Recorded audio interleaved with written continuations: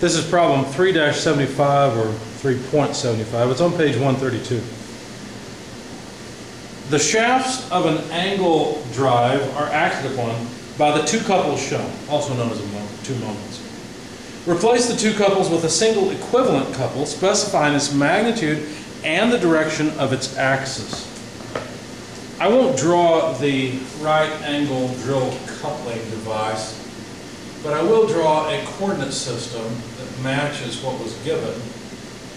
And then I'll show you the moments, or what they're referring to as the couples that were given. There was a couple, which I use a double-headed arrow to indicate, in the amount 6 foot-pounds, and I'll call that moment 2. Of course, it's in the negative k direction, so I'm going to write it as a vector. This will be 6k. So if you point your thumb in the direction of this moment, you can see with your right hand, you can see what direction that moment is twisting. The other moment or couple is an 8 in the negative, well actually I guess this is not in the positive k direction, that's the negative k direction.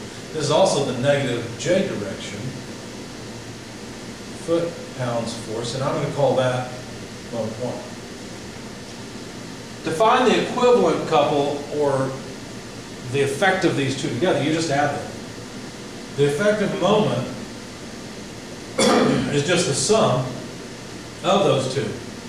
And that's pretty trivial, because the moment 1 is negative 8j, moment 2 is negative 6k, and these are foot-pounds torque. If you want the magnitude of that moment, it's pretty easy. Take the square root of the sum of the squares, 8 squared plus 6 squared. 64 and 36 are 100, so root of 100 is 10.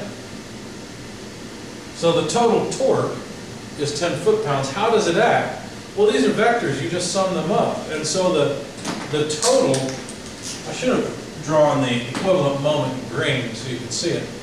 The equivalent moment, well, it's bigger in the y direction than the z direction, so it's something like this. And this vector is in the zy plane. So this vector has magnitude 10 foot-pounds, just like we've computed. And I'd like to know the angle theta. And that's pretty easy, because if we want to know the angle, all we really need to do is take the inverse tangent.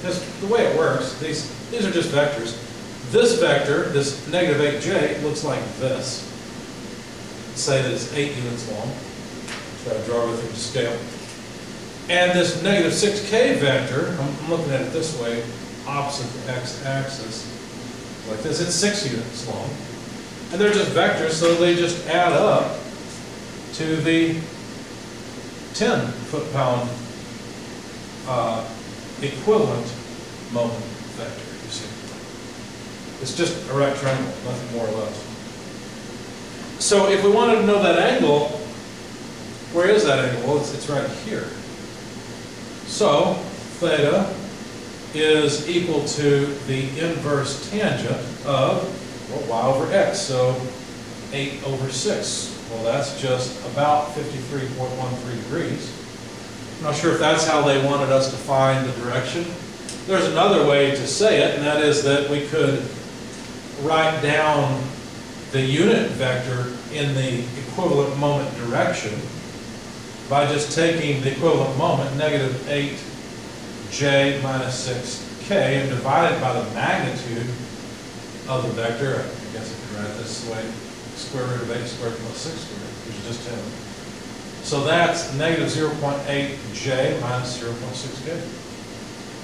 And maybe that's the way they want us to tell them the direction. I don't know. The angle or the components of a unit vector would work. But that's it. That's really all there is to this problem.